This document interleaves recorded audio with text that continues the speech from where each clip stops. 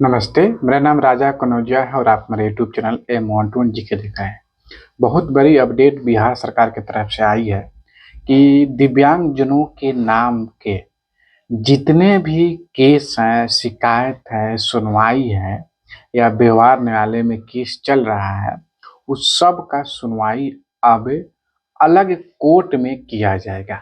उनके लिए एक स्पेशल श्रेणी का कोर्ट निर्धारित किया गया है और उसी में उनका केस का सुनवाई किया जाएगा। जी हाँ, आप सही सुन रहे हैं। आप सबको पता है कि दिव्यांगजन अधिकार अधिनियम 2016 लागू है और उसी में इस प्रावधान किया गया है कि दिव्यांगजनों से रिलेटेड किसी भी केस की सुनवाई कोर्ट में चल रही है तो उस कोर्ट का सुनवाई अदर अदर रूम में होता है। CGM 2, CGM 11, CGM 3 ऐसे ऐसे होता है, अलग अलग जजों के पास होता है और उन सभी जजों को दिव्यांग अधिकार अधिनियम 2016 की जानकारी पूर्ण रूप से नहीं हो पाता है और केस को देखते हुए न्याय मिल सके, इसके ध्यान में रखते हुए उनके लिए स्पेशल कोर्ट की व्यवस्था कर दी गई है। कि जैसे एक एग्जांपल के थ्रू मैं आपको बताता हूँ।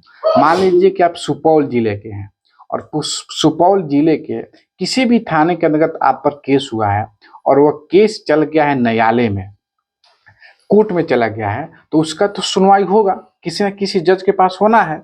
तो किसी जज के पास होना है तो वहां से ट्रांसफर करके आपका स्पेशल कोर्ट में आ जाएगा और सारे दिव्यांगजनों का, जितने भी दिव्यांगजनों का केस होगा वो सब स्पेशल कोर्ट में ही चलेगा।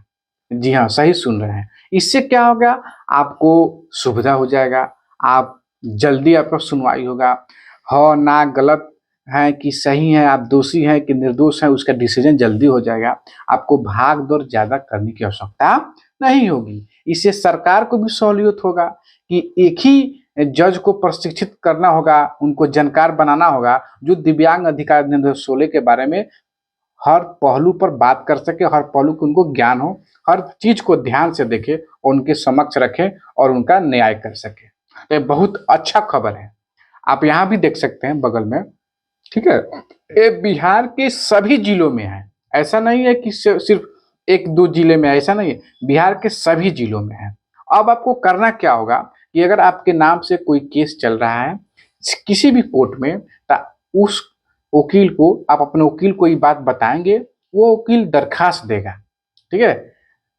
वो दरखास्त देगा और वहां से आपको उस विशेष कोर्ट में स्थानांतरित कर दिया जाएगा, आपका केस ट्रांसफर कर दिया जाएगा। अब अगला सुनवाई वह जज करेंगे जो स्पेशल कोर्ट के लिए निर्धारित किया गया है। तो यह जानकारी कैसा लगा आपको कमेंट में जरूर बताइएगा। आज के लिए इतना ही रखते हैं। जय हिंद, जय दिव्या।